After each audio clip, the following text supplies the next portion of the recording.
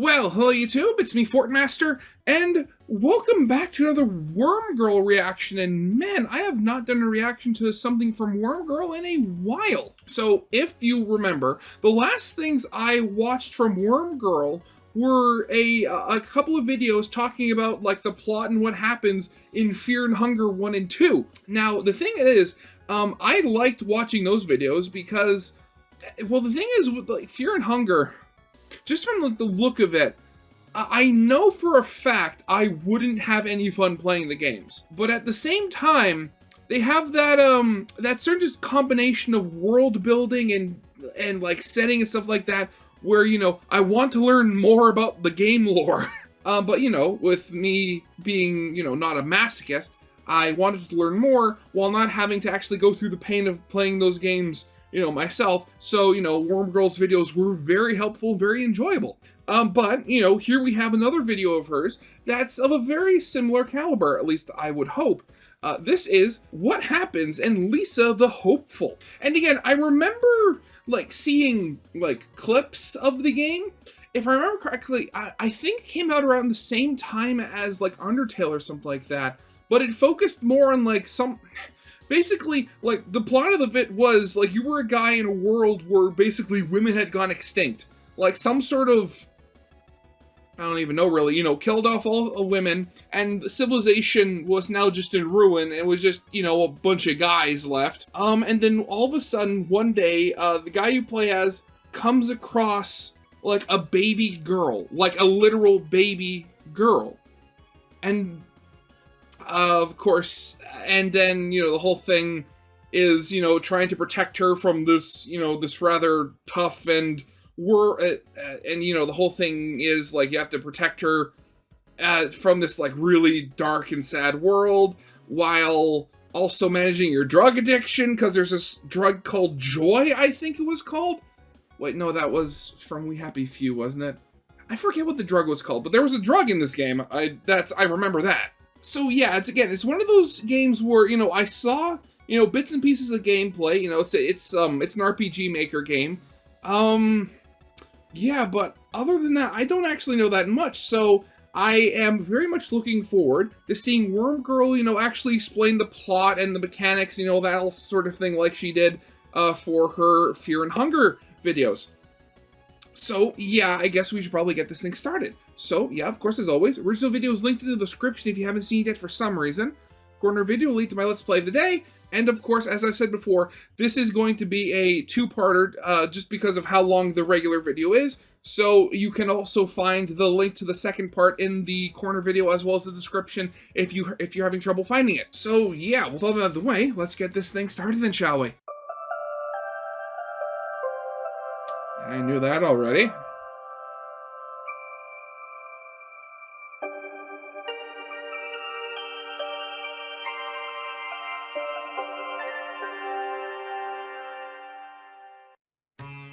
We all know Brad Armstrong.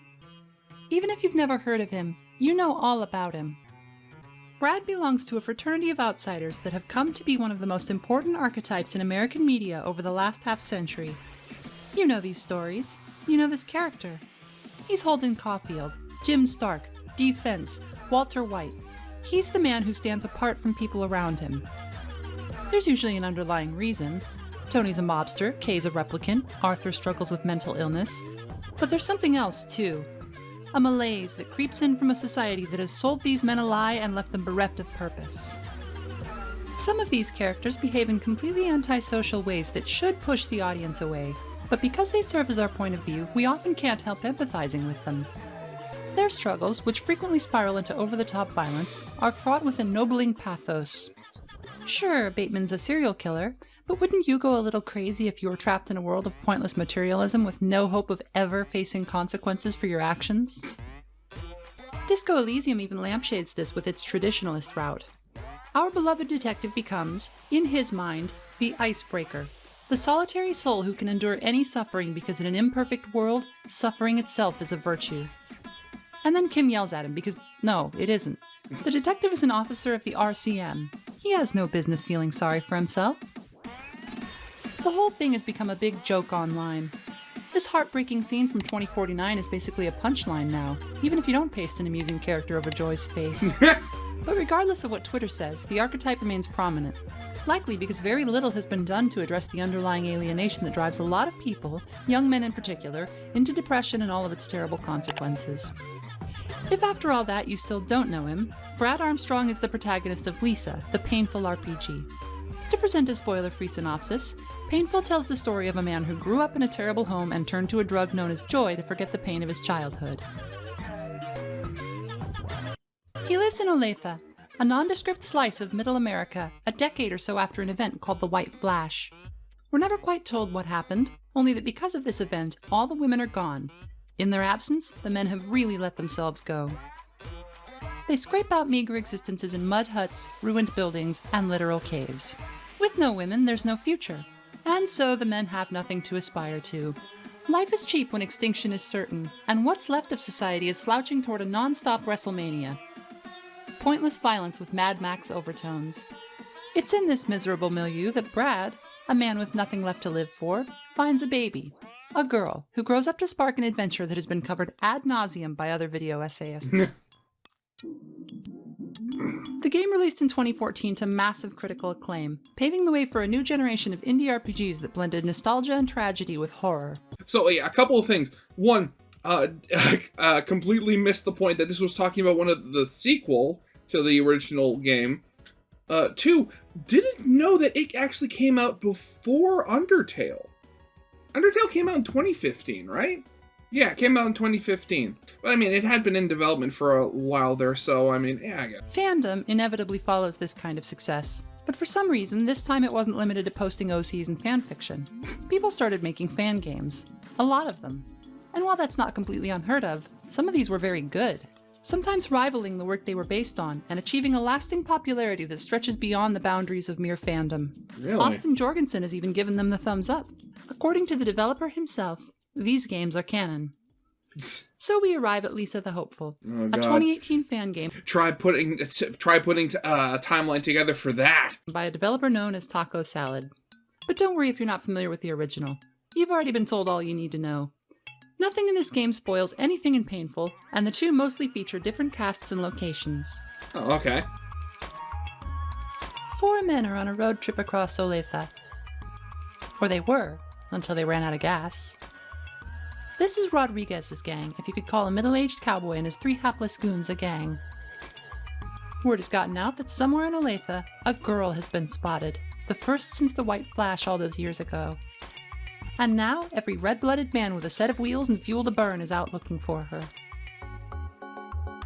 But the boys forgot to fill the tank before everybody piled in, so their adventure has stalled out. Of course. Rodriguez stays with the car, a priceless item in this day and age, and sends his 3 flunkies out on foot to find some gasoline. Beltboy the Bullet Waster is nominally second in command, mostly because his partners, Lynx and Cyclops, are utterly lacking in leadership qualities. Beltboy's a bit of a dumbass, but his Liberty Spikes and leather jacket lend him at least a little wasteland credibility. A wounded man immediately invites the player to try out some kind of pain-related difficulty. Pain mode is a staple of Lisa games, generally featuring fewer resources, more difficult enemies, and sometimes slight story differences. We're gonna skip it for now, but don't worry, we'll be back. Of course. Okay, so yeah, it's one of those games. Okay. Great. I mean, like, of course, like, you know, I can see the appeal of, you know, the challenge and stuff like that. But I mean, I play games to relax. I very rarely play on hard mode for anything. Area 1 is a dry desert, mostly devoid of people. We are way out in backwater Olathe, a particularly lonely stretch of the countryside, but even here can be found posters depicting a young girl along with the text, "The world can be saved. Find her." Fans of the series will recognize this poster and the girl it depicts. She's Buddy, Brad Armstrong's adopted daughter. The entirety of Lisa the Painful is spent chasing after this girl in an attempt to save her from the hordes of creeps, perverts, and losers chasing after her. Yep. Losers like our boys here. In typical Lisa fashion, these losers get jumped by some jag-off pretty much immediately. We won't be going through every fight, but this one gives us a chance to talk about the mechanics a little. Beltboy comes equipped with a literal arsenal. Instead of an attack command, he has Shoot 'em, which opens a combo window. Here, we can press any combination of 4 buttons. Each immediately executes its own animation, and when certain combinations are entered, Belt Boy will do a special move listed under the gunplay menu. This is one of the primary mechanics in the Lisa franchise, and it's easy to see why just about every fan game has carried it forward. It feels really, really good. That's certainly helped by the crunchy sound and frantic animations. Every time you hit a command, Belt Boy flies all over the place, spraying bullets in every direction, and if you've made the correct inputs, at the end of it all you're treated to a more involved attack animation, plus whatever damage and add-on effects the technique applies. It's a reimagining of Sabin's blitz attacks from Final Fantasy VI, but where Sabin would simply fail to act if your stubby 8-year-old fingers flubbed the input, here you'll still do partial damage. It's a great way to convey the wild kinetics of a brawl, which can be difficult in a turn-based RPG. What did he do? Did you just like snap at him and he did 3 damage? Oh god. So yeah, I think I have seen, attacks like this before. I just didn't remember them. But that's an awesome way of doing it. I really like that. You don't even have to have the special menu that just gets filled with endlessly new and redundant super powered attacks. No, in this one it's just patterns. Jeez, I wonder, thinking about it, just from a game development standpoint, I wonder if you could do it where you play a game where you can be taught, here's the combo to do extra damage, but I wonder if you could do it in a way where the combos are always available. If you just happen to put in the right one, oh, it works, and then you can learn it that way without having to find the merchant or the teacher or whoever teach you to it. Cyclops works pretty much the same way, though his techniques cost TP rather than SP.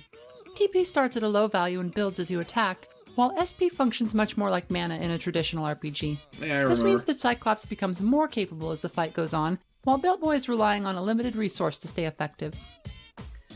Lynx rounds out the roster as the third member, and he doesn't use the combo system. His standard attack is a pathetic slap that does a tiny fraction of the damage the other two can put out. Oh, okay, that was it. He wasn't snapping, he was slapping, he just sucks. But that's okay. By clapping for his buddies, he can restore their health, allowing them to stay in the fight. With Yogurt Masters defeated, exploration can get underway in earnest. Eventually, after scrounging up some loot and fending off a few more lowlifes, the gang takes a break. There's a seed of doubt lurking under all the enthusiasm. Nobody questions whether the girl is real, nor is there any doubt of what they'll do if they find her. But it's easily been a decade since the White Flash. Lynx and Belt Boy never got the chance to score before all the women vanished, and Belt Boy, coming dangerously close to self-awareness, points out that the girl in the poster looks a little young. The next morning, the three spot a sign advertising gasoline. Barrels of it, it looks like. Over there, by all the fresh blood. It's a trap! Predictably, they get surprised and beaten unconscious by Dixon Bismuth, who leaves them for dead at the bottom of a pit. This is the hideout of the engine enthusiasts, a gang that aims to dominate the roads with an army of vehicles, many of which they've likely acquired with obvious traps like these. Their leader, Gordy Golden, informs the boys that they're being held for ransom. 500 girly mags, which are the de facto currency here in Olathe. God.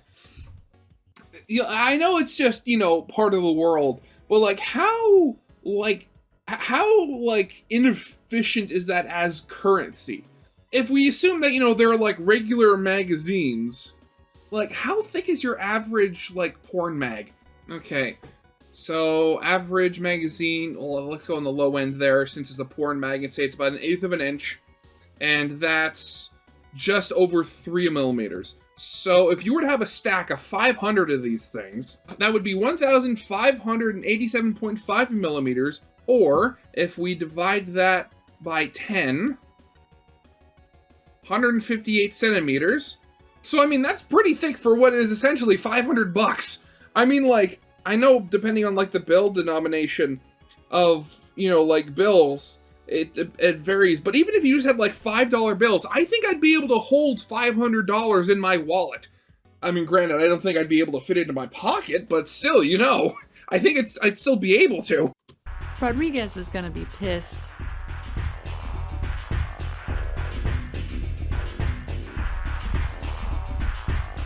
I'm good for.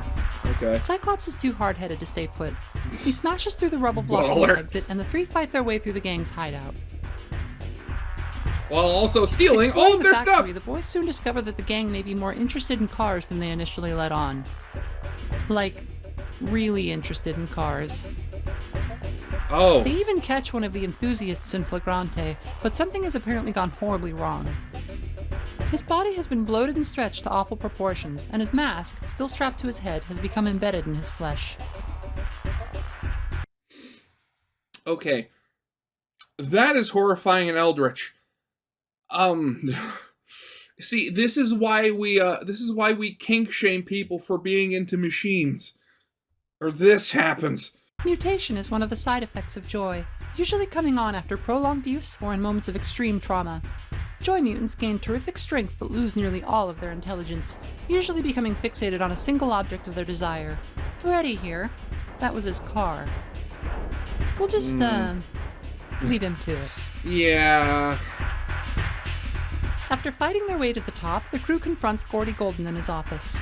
As they expected, he's not really after the girl, but he's not about to let the boys off the hook for trashing his headquarters. Time for a fight! Big shot warlord.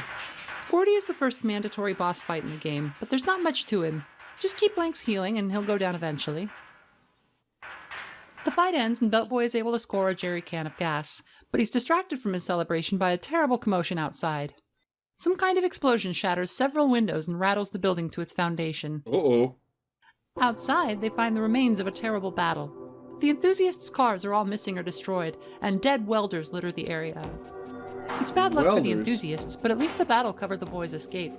They pick their way back down the hill, stopping to chat with an incredibly creepy old shopkeeper named Reginald. Beneath a newly painted flag bearing a red heart, they meet a man in a hoodie who explains that a very dangerous gang has come to Backwater Olathe in search of the girl, and things are about to get very bad. Their graffiti is everywhere, and posters of the girl have been defaced with a warning. The girl belongs to the Lovelies. Interfere and die. Signed, with love, Heart. Oh god, no, this gang, they're gonna be like really, like the other guys were, the car guys were, weird enough, but like these guys are gonna be like really creepy, aren't they? Oh no. The way back down is a steep incline, past another mutant named Corny. Not long ago, this joy dealer was spiraling into depression thanks to a lack of excitement in his life. It would seem that the Lovelies finally gave him more than he could handle, and he mutated after being left for dead. Corny is the first real wall that the game throws at the player. He has a tremendous amount of HP and hits like a truck, which can be intimidating. The trick with joy mutants is generally to get them to waste turns. They often waste plenty of time already crying or coughing up blood, and with a little help from the player they'll have trouble consistently dealing damage. Here we want to use Lanx's irritating poke, which will inflict the piss status. Characters who are pissed will attack randomly instead of using their usual techniques, and they can hit their allies or even themselves. This status also sharply reduces their accuracy and base damage, so it's a great way to buy time. Lanx at this point has really begun to come into his own. He's still extremely fragile and relies on limited SP reserves, but his fireballs do significant damage, and with a debuff and heals, he's always got something useful to be doing. No, that's good. Cyclops sort of follows the opposite trajectory. If Lanx is the nerd coming out of his shell, Cyclops is the star athlete who peaked in high school. And while he never completely falls off, his effectiveness as a tank rapidly dwindles, while his damage output struggles to keep pace. That's not to say he's bad, he's certainly the most reliable party member, but it's rare that he'll surprise you. Oh, jeez. So wait, but all this time, you've only been with, like, these 3 gang members, but their boss was still by the car. What's happening with him? Are they going to go back and find out that he was killed by the Lovelies? Or is he eventually going to, join in the battle as well? With Corny dead, there's nothing in the way of Rodriguez in the car except... Lovelies. The lovely boys.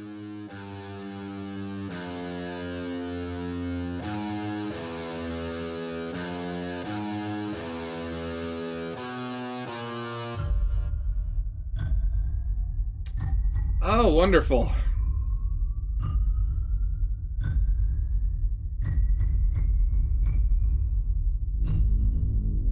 And what's left of Rodriguez. Yeah, that's what I thought. The Lovely Boys are a gang of perverts with only one objective, and news of a girl being spotted has got them practically foaming at the mouth. According to their leader Hart, Rodriguez didn't want to hand over his car, so now his head's on a stake. Lanks calls Hart a murderer and gets beaten to the ground for interrupting. Beltboy tries to make peace, but Hart's not interested. He has the boys corralled into the back of a truck, and the Lovelies roll out. Backwater Olathe usually isn't this turbulent. Sure, it's the apocalypse with people killing each other over nothing, but it wasn't as hardcore as the other parts of the region. Hoodie Guy was right. The Lovelies are a different breed. And where did they come from, I have to wonder. Once Lanks awakens, the three get a moment to talk. Everyone's naturally pretty bummed about Rodriguez, but Cyclops reminds them that they've been together for a long time now, and it had to end someday. The truck eventually comes to a stop, and one of the Lovelies, Craig Fuchs, tells Beltboy and Cyclops to get out so that he can be alone with Lanks. The boys are unarmed and heavily outnumbered. All they can do is comply. Glasses stay. Are they going to try to convert him to join the gang?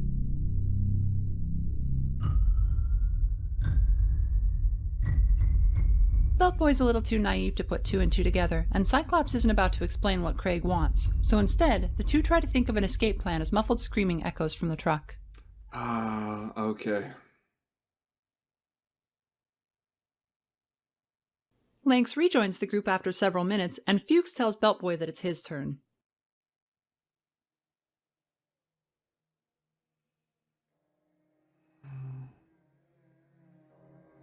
Still confused, Beltboy steps into the truck, whereupon Fuchs closes the door and advances.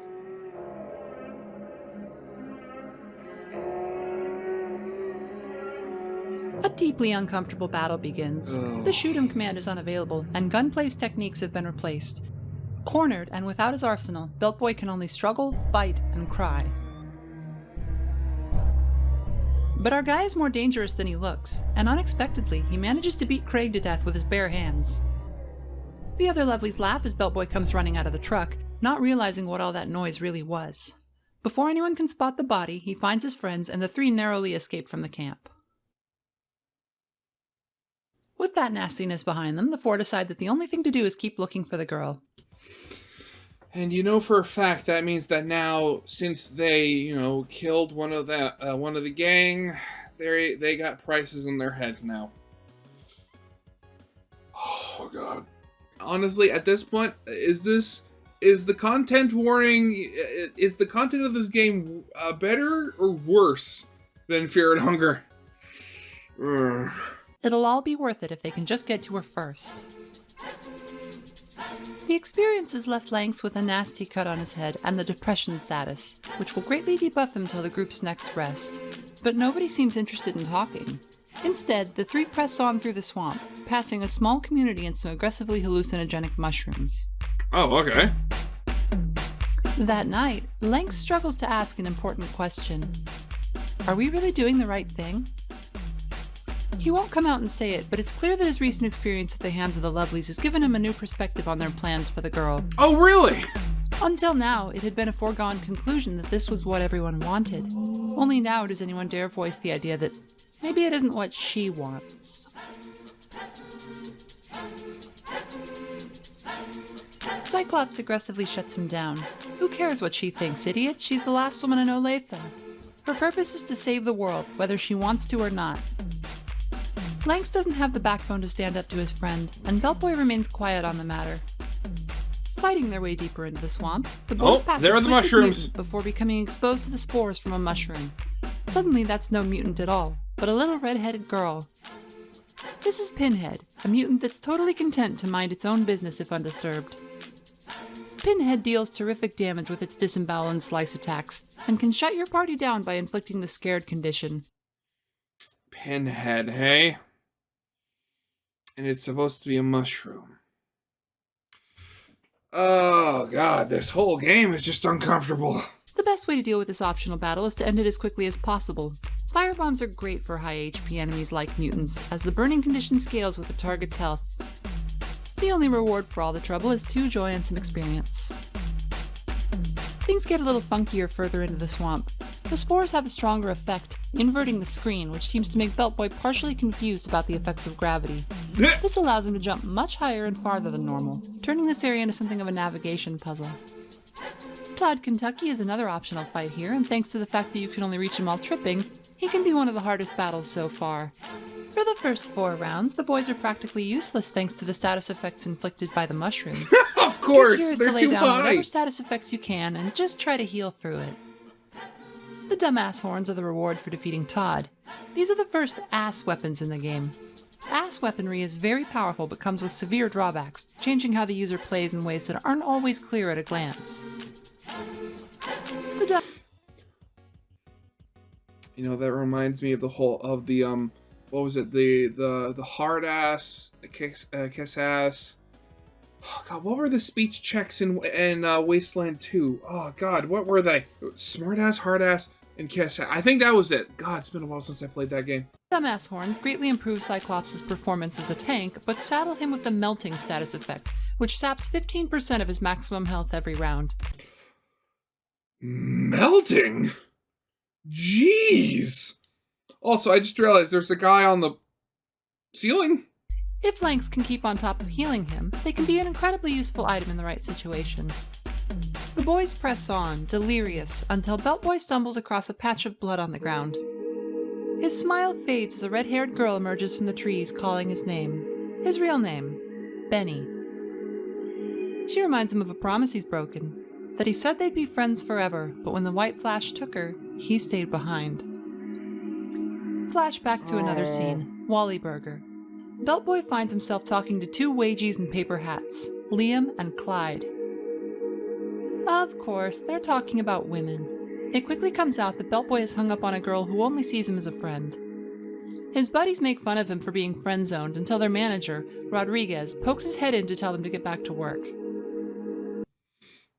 Oh my God, so the reason why they were all together in the first place because they were all co-workers.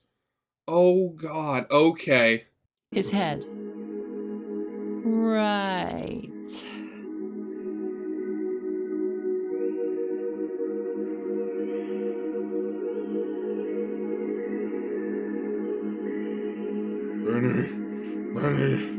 Benny, what are you even living for? Think about it.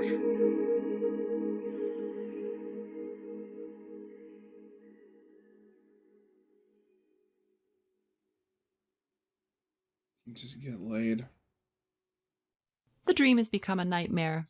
The girl stands on an island in an ocean of blood, mocking Benny for being such an easy mark.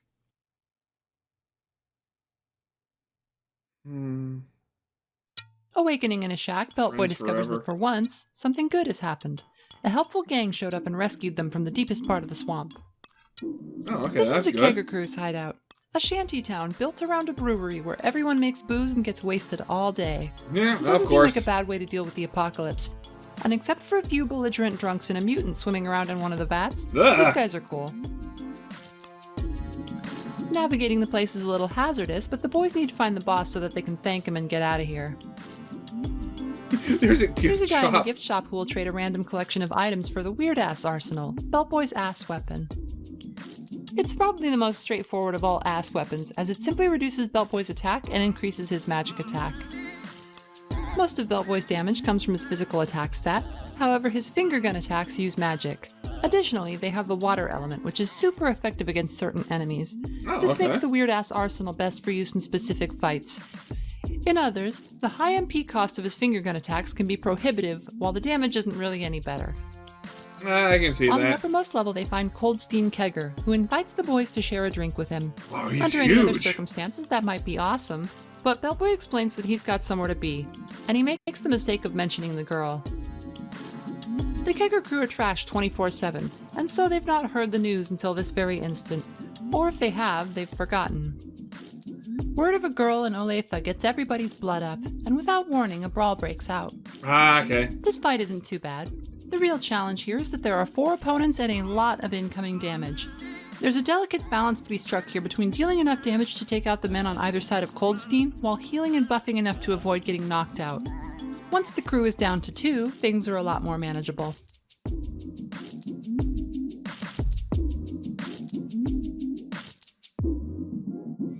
Coldstein down for the count, the boys are able to get outside and barricade the way behind them. There's a truck here, and Lanks knows how to hotwire it, but it's slow going, and the rest of the keggers seem to have figured out that something's up.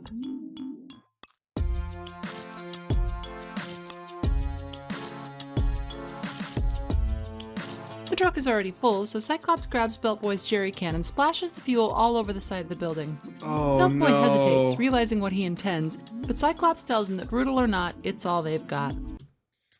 God, with gas being at such a premium, why would you waste it like that? Ah. The building goes up in flames along with the remainder of the kegger crew. The first thing Cyclops does as they drive away from the war crime they've just committed is blame women for his actions. Beltboy tries to bring up Rodriguez, but Cyclops shuts him down, insulting both of his friends in the process. What's there to say?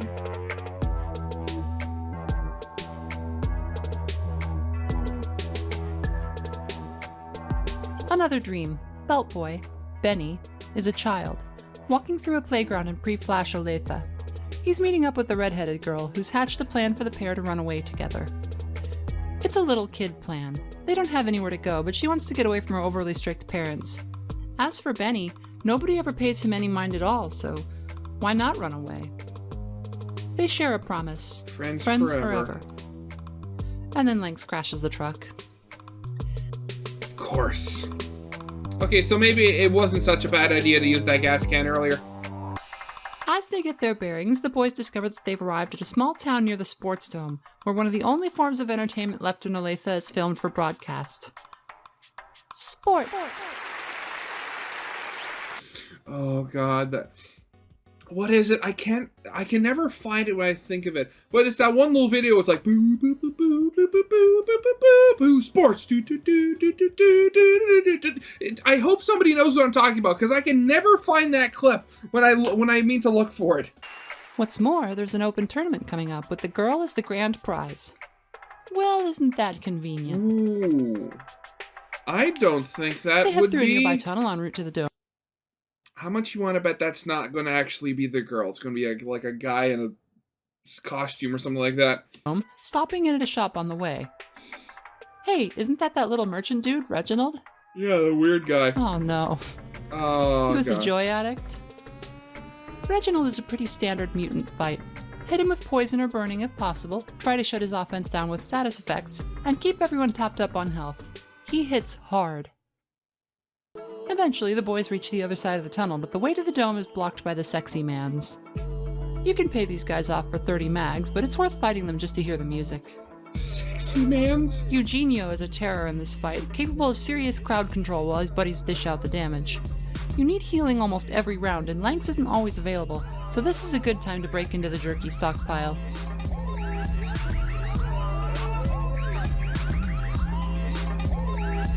So, wait, I gotta go back. Was that one attack? Did he slap his butt or something? Oiled up. Yeah, that was just a smack on the butt. Okay.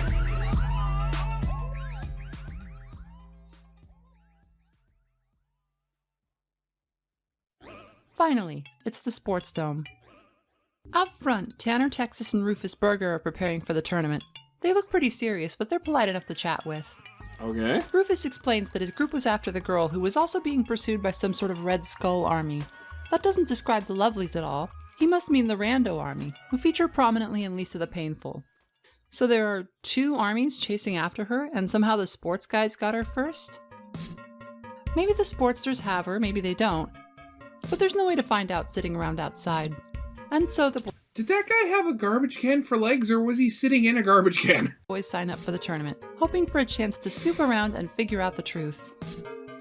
Something does seem a bit odd about all this sports. For one, nobody knows exactly what game is being played, and there are a bunch of monster cages in the back, full of angry mutants. Wonderful. A little eavesdropping reveals the fact that somebody named Brady has been killed, and the sportsters are trying to come up with an excuse for the Sports King. But before the boys can learn anything more, management shows up. It's almost time for the show. The boys have a brief pep talk in their room. Their only hope now is to win whatever the hell this competition is going to be, and then hope that the sportsters weren't lying. I have a feeling they will be. Sensing that something's still bothering his friend, Beltboy decides to try talking to Lanks about what happened with the Lovelies. "We're your friends," Beltboy says. "You can talk to us." But Lanks disagrees. "It's precisely because they're his friends that he can't open up to them," he says. That doesn't sit well with Beltboy, but what can he say? Their friendship is a bond rooted in violence and verbal abuse. When have these three ever been able to open up to each other? Yeah. Cyclops warns Beltboy that he'd better not chicken out and run off. He knows Beltboy doesn't want this as much as the other two. Beltboy responds that no, he doesn't. That even if they win, they'll have all of Olathe after them for as long as they have the girl. He gets some pushback from Cyclops, but he's undeterred. He tells him that he cares more about his friends than some girl he's never met. Cyclops is taken aback at the admission.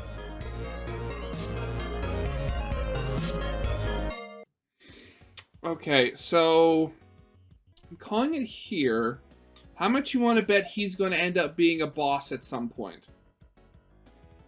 Because they're butting heads a lot here. Beltboy reassures Lanks that they'll get through this together and then heads off to check out the venue. There's a shop here that sells badass bands. These greatly improve Lanks' physical attack but prevent him from using any of his skills. It's certainly an interesting gimmick, but not one that I was able to find a good use for. Okay. Beltboy takes the opportunity to scope out the competition. There's some familiar faces here, including the last of the engine enthusiasts and the kegger crew. Tanner's gang warns Beltboy that the Lovelies may be inbound. We'd better wrap this up quick. Yeah. I mean, you're sitting in one place for a while. Team Puce? Sports, as it turns out, is a two-team stadium deathmatch. There is a ball, and destroying it will win the match, but the teams can also just kill each other. The second match of the day is against the enthusiasts. So, okay. I'm just trying to think of the logic there, because, like, you'd think that just, destroying a football would be a lot easier than killing somebody. Unless it's like, it's one of those, it's like a football that they filled with concrete, so... Miko and Dixon are probably only alive because Beltboy's gang pummeled them too hard for them to go out and get murdered by the Lovely Boys. There's nothing new in these fights, but these enemies were mostly encountered solo before, meaning that it's a game of deciding whether to prioritize a kill to get some breathing room, or just to try to race the ball down. Either seems to work as long as you're paying attention. Benny finds himself in the uncomfortable position of being scolded by someone else's father. It looks like he and the redheaded girl got caught trying to run away, and now there's hell to pay for it. Yeah. Oh, God. The scolding escalates to physical threats, and the man takes on an uncomfortably possessive tone that quickly becomes extremely inappropriate. Benny, still a child, could only stammer out an apology as the man heaps humiliation on him and sends him away, dejected. Oh, no. This has been eating at Beltboy for a long time. It might be the white flash that finally took her away, but this was the moment that Benny broke his promise. Just a few days before, it was friends forever. Now he's forced to walk away, unable to save her from an abusive home. Oh, God.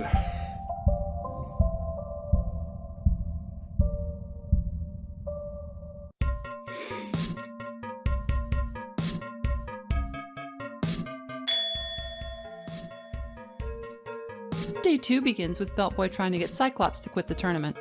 Their lives are worth more than this. But Cyclops won't back down. "We're not pushovers like that dumb old geezer Rodriguez," he says, before remembering out loud that Lanks is, in fact, a pushover. Beltboy calls him out on this and then gives Lanks a few words of encouragement. There's a little pile of joy under the bed in one of the recently vacated rooms. If people are doping, this competition's going to be a lot harder than it seemed. Now I forget, what does joy... Because, like, I know, again, it's, like, the whole thing where, it's a drug and you take too much of it, it's, like it mutates you. But what does joy do, like, in a battle? Recovers 100% HP. 100% to cure withdrawal, to cure with depressed, and to inflict joy. What does joyed mean? Joyed, 100% crit rate, 100% defense, 100% special defense, plus 80% hit rate, plus 50% SP per turn, plus 5% HP per turn. Oh, geez, okay. Wow. I like there's also just a side effect called cool. I like that. First up, it's Team Rainbow, except blue, a trio of townies who are tougher than they look. Beltboy's Intimidate skill really comes in handy in these matches. It can completely shut multiple enemies down for a turn or two, and with Radical Pose constantly regenerating SP, the cost isn't half as steep as it seems. Team Cal Poly Pomona Green is composed of the last keggers around, and they're thirsty for some revenge. They wind up being one of the easier fights despite being so deep in the tournament though, and in short order the boys are back in their room, relaxing after another victory. Who's the guy to the left of them? Beltboy again expresses his doubts. Rodriguez's gang was never a serious outfit, just a couple of goons trying to get by. Now they're up against real killers. Aren't their lives worth more than this? Lynx starts to agree with him, but Cyclops cuts them off, infuriated.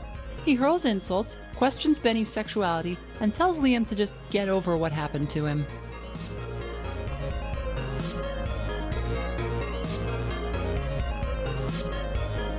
Beltboy pulls off an impressive feat of diplomacy here, telling Cyclops that he's acting like a horny kid, but that he and Lynx are going to stick it out and stay in the fight, if only because it's important to Cyclops. Things seem smoothed over for the moment.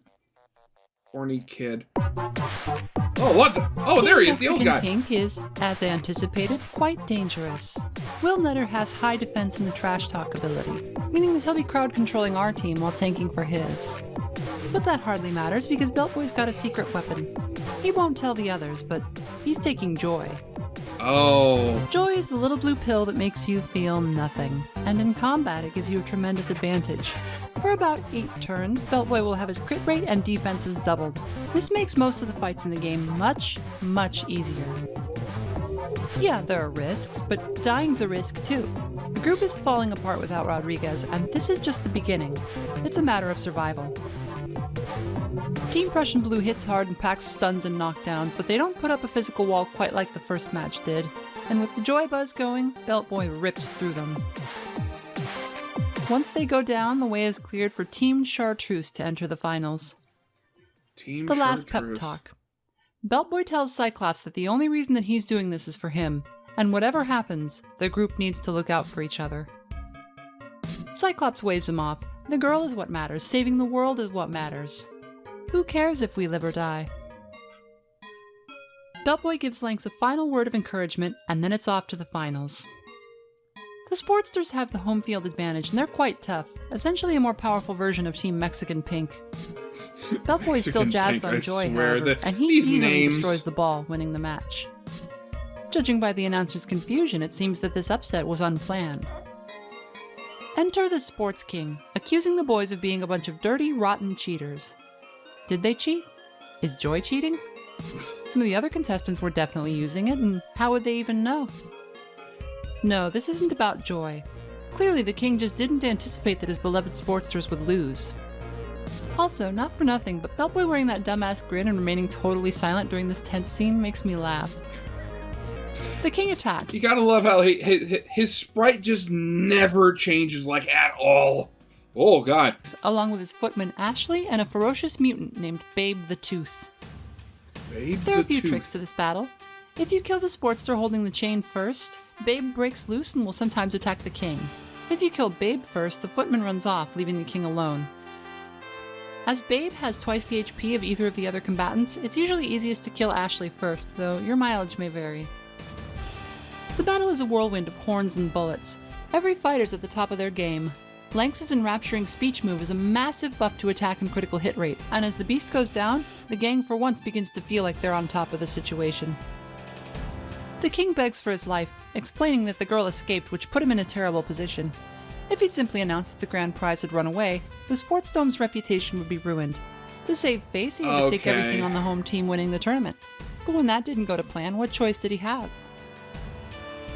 The sound of engines outside heralds the arrival of trouble.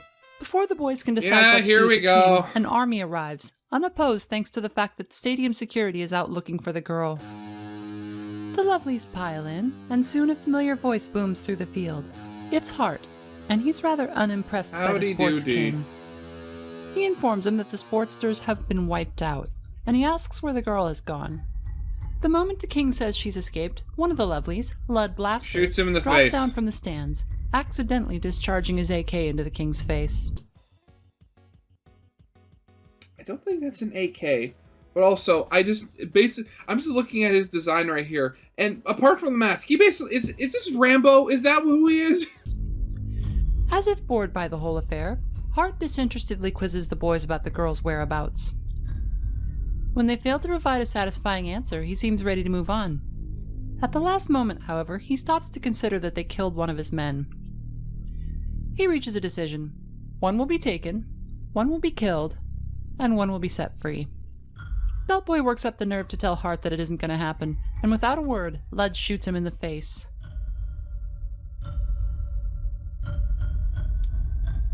Okay. So,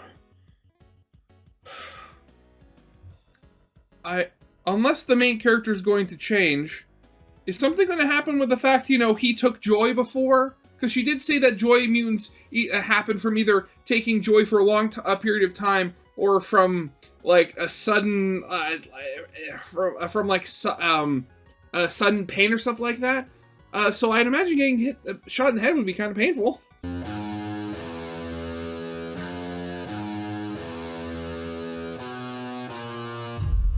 Cyclops awakens to find Lanks gone and Benny lying in a pool of blood.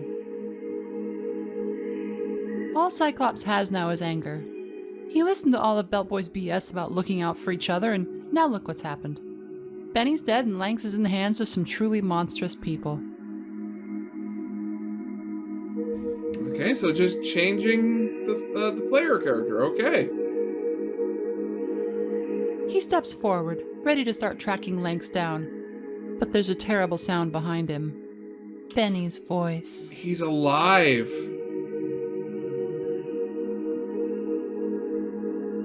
And he's a mutant. Oh no. In his last moments, the joy has taken hold, twisting Beltboy into a monstrous mutant. Benny is dangerous, but he can't dish out enough damage to shut down the charger. He eventually goes down, rasping out two final words.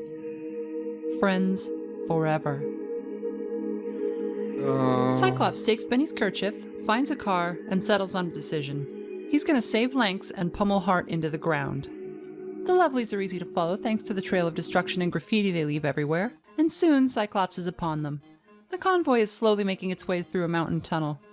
Fighting through the entire gang would be a tall order, but alone, Cyclops might be able to outpace them just by going over the mountain. Benny's kerchief is a reminder that these monsters killed one of the last two people in the world who cared about Clyde. It's a strong motivator, almost doubling his attack power, which he's going to need to get through this alone. There are wolves all over the mountain, and the odd lovely boy, separated from his group. Cyclops goes through them all like wet paper. At one point, he even runs into a familiar face. It's Yogurt Masters, come back for a rematch. And In now his first appearance, Yogurt was a pushover. Now, only this time, I'd imagine, one, stronger just later in the game, but also two, you're fighting him alone. he's a major threat. He can change stances to regenerate, use dangerous flame techniques that exploit an oiled-up Cyclops' weakness to fire, and deal an obnoxious amount of damage with his martial arts. Oiled up, oh god. Cyclops smashes past him, collecting a stat-boosting martial arts scroll and clearing the way to climb further up the mountain. There's something strange at the peak, the ruins of a little suburban neighborhood. What the hell is that? Oh god. And outside, is that a woman? She's dead. Not far away lies a man in a lab coat with most of his head missing. A security camera watches over the scene. Further along the path, it's more of the same. More fake houses, a hole dug into the floor that leads down into an underground research facility. Why is the underground all like red veins and intestines and stuff like that? That's ugh. But also, okay, I wonder, did they try to like manufacture a woman and that weird thing in the house was like a mutant baby or something like that? Oh god, oh no. Joy was, at one time, an experimental super soldier drug. The creeps are its failed products, twisted monsters who crave violence. They seem especially hostile to women, and it's likely that if Joy wasn't the sole cause, it was at least partially to blame for the current state of Olathe. At some point, one of the researchers involved in the project went rogue, becoming enamored with the twisted mutants that a variant of the drug produced. This was Dr. Yato, and he wanted to make Olathe his personal playground. This story is explored a bit more in Lisa the Painful and the Joyful, but that's about the gist of it. This lab would appear to belong to his associates, who were keeping 12 test subjects down here. But for what purpose? Notes scattered around the place reveal that the test subjects escaped. Half of them were killed by security, but the rest appear to have overpowered their captors. That event was probably the end of whatever was going on here. Oh god. Most of this is over Cyclops' head, and it's doubtful he even cares all that much. As far as he's concerned, he just needs to find a path through the other side of the mountain. Down in the depths of the basement, he encounters the most terrible sight yet. This mutant was a woman. Amy is a brick wall. She has nearly 30,000 hit points and can inflict depression, tanking Cyclops' stats. It's difficult to meaningfully see her as Cyclops, and he just doesn't have the bulk to keep up with her damage output. What's worse, she inflicts the scared condition, which can keep him from attacking entirely. It winds up playing out like the inverse of a normal mutant fight, with the player losing many turns and struggling to dish out burst damage in the few openings they have. Wait, so she... Oh... Okay, so again, I know that, thinking back, this is a fan game, it's not an official one, but like, that could potentially mean that, again, yeah, they were maybe trying to, like, make artificial women, or this is somebody who survived the Flash because she was already a mutant or something? Ooh. At last, with the help of many consumables, she falls. Cyclops emerges into daylight and picks up the trail of the Lovelies. Not far ahead, he finds their camp, walks right up, and tells the first group he finds that they're all about to die. This is a difficult fight. It's sometimes possible to knock one or two of these guys down, but they put out so much damage that keeping up with CC is a losing battle. The best way to go seems to be to take out Richie Headsman on the right, as the other two don't deal damage as often as he does. With the three Lovelies dead, Cyclops crawls into the back of a nearby truck and collapses, exhausted from all the fighting.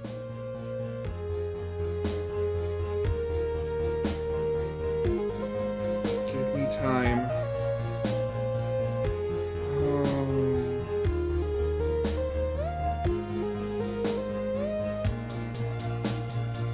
Before long, the engine starts up as the convoy gets moving again. Cyclops leaps from truck to truck. It's a Road Warrior-style slaughter as he charges through one Lovely after another.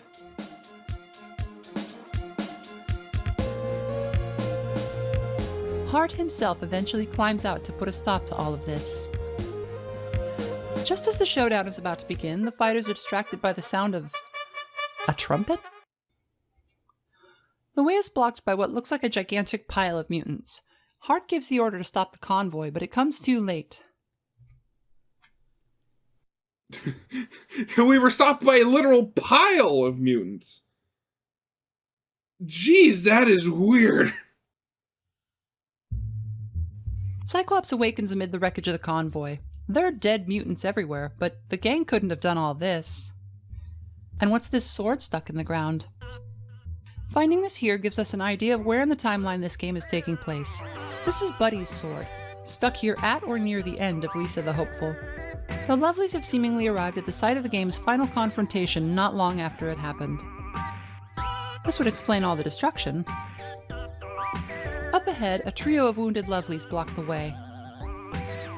Injured as they are, they're no match for Cyclops. But he's too late. Lance lies dead in the dirt, completely mangled, either by the crash or by his captors.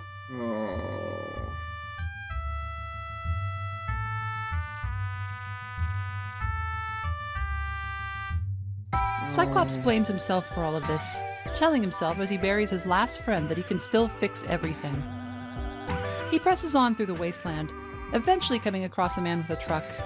This is one of Tanner's boys, who's received the order from his boss, who apparently survived the massacre at the sports dome, to give Cyclops a ride the rest of the way. Oh, well, that's Tanner's very kind of him. But he has a sense of honor. Bellboy's gang won the tournament. The prize shouldn't go to some murderer who just showed up and wrecked everything. It's night when Cyclops begins the final trek, and only a few Lovelies remain to block the path. Unfortunately, the last of the group are also the toughest, and what's worse, most of them are on Joy. When defeated, they twist into unnatural shapes, becoming mutants that are even tougher to get through. Oh, God. But there's no stopping the Charger, and finally, he catches up to Hart and the remaining 4 lovelies, who are picking the lock on the girl's hiding place. Hart taunts Cyclops in a deep monotone, seemingly unperturbed by the losses his gang has suffered.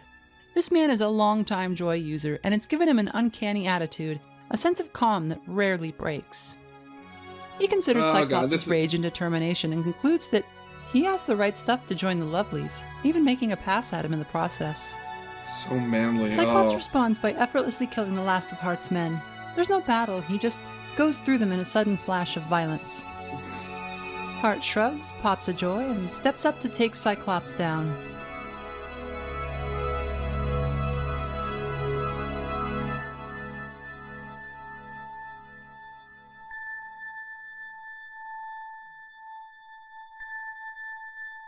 And what's the big twist in this battle? Also, wait a second. So I'm not even halfway through the video yet, and yet we're fighting the seeming big villain. So are they going to do? Is Worm Girl going to do the thing where she's going to like go back to the point where you can say to do the hard mode and then go over all the things that are different in the hard mode as opposed to the regular mode? There are no tricks with Hart. There's no CCing him, no weaknesses to exploit. He deals a lot of damage all the time, and sometimes that comes with huge debuffs. It's time to throw everything we have at him. Domestic jerky. What does that even mean?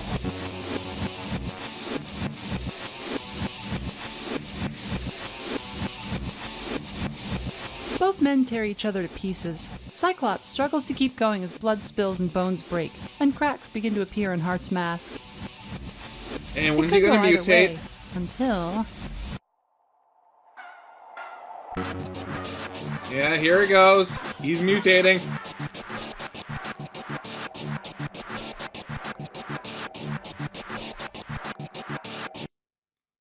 Oh God, let me guess, another just virgin who went nuts. Oh.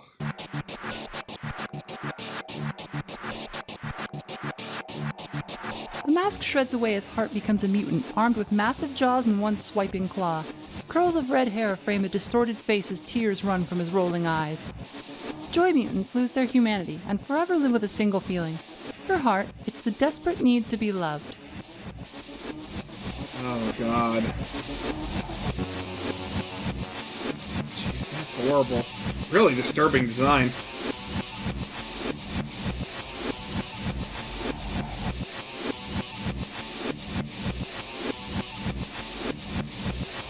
Love me. Oh.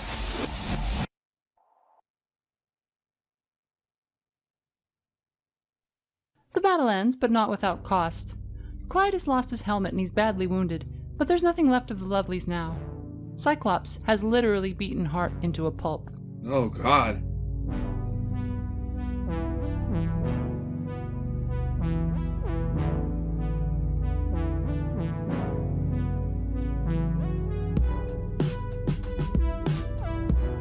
He limps through the door, making his way to the back of the building where, against all odds, he finds her. The girl. She's real. That's... Wait, how old was Lisa? Again, I haven't played the second game. How old is Lisa in the second game? Because she looks much older than Lisa did.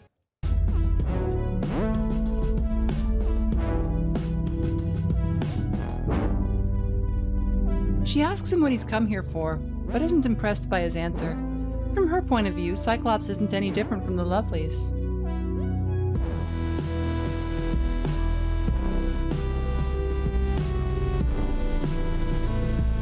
She warns him once to step aside and let her leave, but Clyde won't hear it. Unfortunately, the Charger has overplayed his hand. He's too beaten down from the fight with Hart to do anything, and this girl, this woman, is no pushover.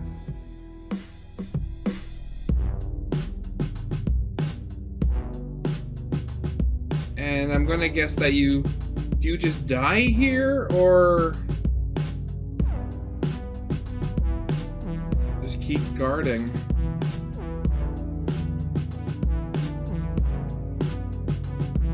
She strikes him with surprisingly skilled movements and tells him once again to stand down, but he won't listen. There's no stopping the charger.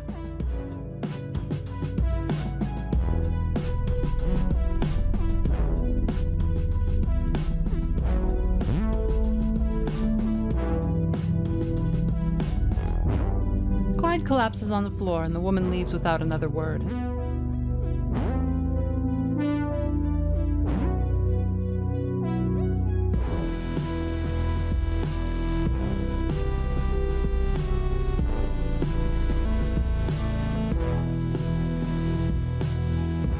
Olathe is full of fuck-ups and nobodies. People go on and on about how they have to save humanity. Do they even think about what they're trying to save? In the end, maybe it's a blessing that the scum of the earth are going to be cleansed away. It can't end like this, can it? Let's go back a bit, to just before the fight with Hart. Cyclops can take joy, just like Beltboy did. What then? Maybe he can make it through in good enough shape to get the girl in a happy ending. Oh god, what's gonna happen here? If we've had Cyclops use joy at any point in the game, even once, things do go a little differently. At first it's all familiar, the confrontation with Hart, the battle, but then, midway through, something changes. We see the tangled guts, signifying the joy taking effect. But it isn't Hart who mutates. Clyde sees red for a moment and simply bites off Hart's entire head in one big chomp. Oh, Twisted into a serpentine God. form, he makes his way in to find the girl. There's only one thing on his mind now. She recoils at the sight of him. She's strong, but not strong enough for this. This time, Clyde gets what he wants. We get a different post-credits scene, and finally, our girl is given a name. I wish 5 was still around. She is called 5, and it's revealed that she was one of the test subjects at the secret laboratory, and probably the one who led the escape. This means there are at least a few other women out there, and despite the terrible fate 5 met, maybe there's still a shred of hope. Oh jeez. All along, we've been led to believe that this girl was going to be Buddy, a young child whose terrible ordeal plays out in painful and joyful. 5 is a new character. She seems older, and we shouldn't be surprised to learn that she's no damsel in distress. There can be no such thing in this world. The weak would never have survived this long. Now, it's easy to say that Cyclops got what he deserved, or to write him off as a big dumb jerk. And let's be clear, he did, and he was. But I think there's more to it. A common theme among the characters in Hopeful is that they lack the emotional tools to deal with the situations they find themselves in. There's no doubt in my mind that Clyde loved his friends, that he wanted what was best for him, and I'm pretty sure that at the end of the day, despite the horrible actions he was willing to undertake, he did legitimately want to save the world. Of course, he wanted to get laid too, whether 5 was into it or not, and there's no getting around the fact that that's an evil goal, but given that it's something that every man in the story has in common, it might be worth asking how we got here. What else could have been done differently? Keeping that in mind, we'll turn back the clock. All the way to number The 1. boys have just arrived at the sports dome and signed up for the tournament. Beltboy and Lanks are still alive, nobody knows that the girl has escaped from the Sportsters, and this time, Beltboy won't be taking any joy. Oh. Beltboy tries to talk to Lanks about what happened with the Lovelies, but just as before, Lanks can't open up. It's because you're my friends that I can't, he says. I know you guys. This time, Beltboy presses him on it. He can't help if Lanks doesn't open up to him, but he still can't get anywhere. Talking to Cyclops, he takes a different approach. This time he disagrees with him. Of course I want the girl, he says. We're all doing this together. The first 2 matches are easy victories for the boys. Again, Beltboy dreams of his childhood friend. And again, it's not a happy dream. No. Talking to Lanks, instead of reassuring him, Beltboy challenges him to do better, telling him that he can set aside his doubts and improve himself if he works at it. He smooths things over with Cyclops, assuring him that it'll all be fine, and begins to believe that maybe, if they pull this off, they really can save the world. Okay, given how the last section ended, I'm trying to wonder how things will change. Because, I mean, it's going to be obvious that, 5 is still going to escape, but like, is Belt's going to die? Are the other two going to die? Are they going to be able to escape, like, unharmed? Like, what is the change here going to be? Because obviously he's not going to turn into a joy mutant. And he's also been smoothing things out with them more. So... And anyway, somebody's gonna get the girl. Might as well be the boys. At least they won't hurt her any more than they have to. Oh my god. Oh no. Lanks, meanwhile, seems to have taken Belt Boy's speech to heart. He stumbles over his words as he tries to explain what went down with Craig in the truck. Something bad happened to me, he says. How do I move on from that? Belt Boy realizes that he doesn't have a good answer, but that doesn't stop him from extending all the support he can. He didn't deserve what happened, he says, and while Lanks is going to have to figure out for himself how to move on, he can count on Belt Boy being with him every step of the way. This may be the first time the boys have really been able to open up to each other. Lanks is left speechless, but that hardly matters. It's enough to know that his friends are truly standing by him. Spirits are high after the semi... You know, I'm going to be completely honest here. One of the... I mean, I'm not going to, like, rag on the graphics of the game. I mean, it's an indie game, and at the end of the day, an indie game looking dated or anything is not really that important. It's all a part of the style. My one like gripe with this is the text boxes. Like, I keep losing track of who's talking because the box always just appears in the center of the screen. It's not like shifted over to one side or the other when somebody's talking, or they have like a different colored background or anything like that. It's just the same black square in the center of the screen every time somebody says something. Finals, and this time the gang's truly ready to stand together, no matter what happens. We repeat the fight with the Sportsters and the Sports King, and just as before, the Lovelies make an appearance. And just as before, when Belt Boy stands up to Hart, he gets shot in the face for his trouble. So he still dies. It looks like we're headed for a repeat of prior events, but suddenly Cyclops speaks up. "Take me," he says. Hart is surprised, but Cyclops makes a good case. He's more like the Lovelies than Lanks, and he'd be more useful to them in any case. He wants to join, not as a prisoner, but a useful member of the gang. And so Cyclops leaves with the Lovelies, and Lanks is all alone. Oh, so you play as him. Oh. And Benny's dead. Dead for good. At least I hope. He begins to leave the stadium when he hears a terrible sound. Oh, God. No, never Benny's mind. voice. Things don't look so good for Belt Boy, but for now, he's on his feet. The two Oh, men never decide mind. to go He's up the mountain alive. together, trying to Okay. reach the girl before Hart. I like how he just now has an eye patch. He just has it out of nowhere. Lanks receives a massive upgrade at this point. The Persevere skill effectively makes him invincible, and Triple Fireball can deal thousands of damage and inflict the burning status. He's also an effective healer, okay. and his buffs turn Belt Boy into a killing machine. The pair fight their way over the mountain, through the laboratory, past Amy, and take the trio of Lovelies at the truck. Again, Amy. But Benny's running out of road. He sits down to rest in the back, seemingly aware that his time is growing short. He gives a few words of encouragement, telling Liam that he'll get through this, and closes his eye. Lanks gets in the cab and starts the truck up, driving after the convoy in an attempt to catch up to Hart. Suddenly, the truck ahead of Lanks screeches to a halt as the sound of a trumpet can be heard in the distance. Yeah, okay, here we're at the mutant pile again. He awakens, having been ejected from the vehicle. Where's Benny? Searching the wreckage, he comes across Clyde, mortally wounded from the crash. Clyde tells him that he shouldn't be here, that he only volunteered to protect Liam. He tells him that Benny's dead and that he needs to move on, to go live his life somewhere away from all this. But that's not what Liam's gonna do.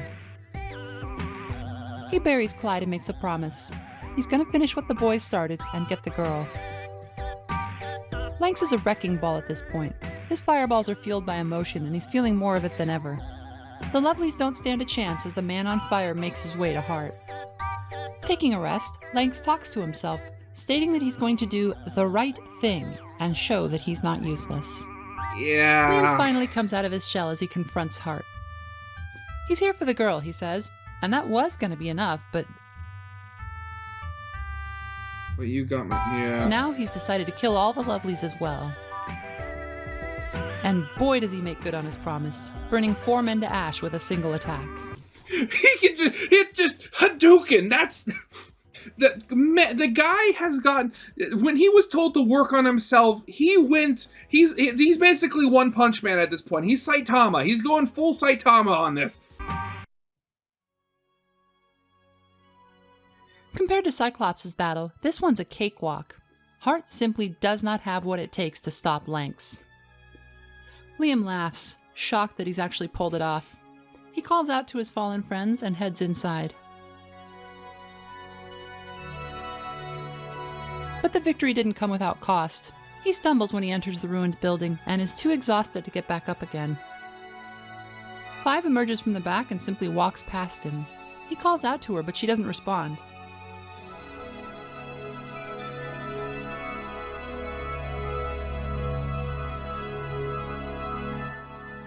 Oh, God. What did I do wrong?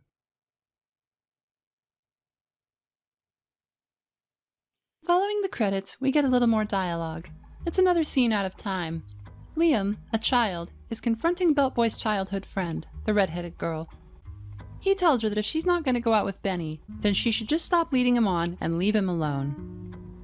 While this kind of language is often used to suggest that boys and girls can't have platonic friendships, or that men are entitled to certain things just for being nice guys, Oh, God. her response suggests that Liam may have a point. Unfortunately, Liam doesn't know that she's just desperate to escape her terrible home, and she's not about to tell him. She tries to blow him off, but he puts his foot down. If she doesn't leave Benny alone, Liam will tell her parents about her plans to run away. I guess we know how that worked out. Oh, God. It's easy to paint Cyclops as the jerk out of the three, but let's consider that Lynx went through all of this to kidnap a woman against her will, and he only failed because he was too worn out to overpower her when he finally found her. It's easy to say that Lynx cared more about his friends than Cyclops, but Cyclops sacrificed his dignity, and in the end his life, to protect Lynx, despite everything. These men want to be better friends than they are. We see again and again that they're willing to go the distance for each other, but somehow their priorities never quite line up. You don't walk up to an animal like Hart and say, "Take me instead," unless you really love the person that you're trying to protect. You don't confront the mean girls at school unless you think what they're doing to your friend is wrong. In a world where weakness is synonymous with femininity, men cannot ever let their guard down. Predators, bullies, role models, and best friends all teach the same lesson. A man must be made of stone. If he's weak, he's unmanly. And if he's unmanly, he will be found out, called out, victimized, and excluded. So he builds walls because he has to, and in so doing, isolates himself. These men are best friends, but they're all alone. It shouldn't be like this. Oh, God. I mean, thinking back, what was I just thinking about it? What was it I said before about like these about the games like this where like I want to learn more about the story, but actually going through them would be so hard and difficult? While with Fear and Hunger, that was like on a gameplay and mechanical basis. This is purely just the story. Like I'm even just listening to this passively. It's like grinding me up inside just how sad and depressing this all is. Like even, quote unquote, the good guys are horrible. We'll turn back the clock again to make a different choice. This time we're going all the way back to the beginning. For the Rodriguez hard mode. is alive, and he and the boys have only just begun their journey. Also, I just noticed how he's in the trailer, the one-wheel trailer. That's funny. This time we'll be selecting pain mode. Maybe the boys just need to man up a little bit so that Hart can't push them around.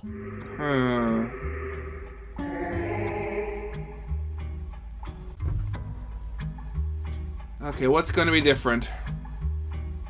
As before, Yogurt Masters attacks on the bridge, but this time the boys retreat. He just run away!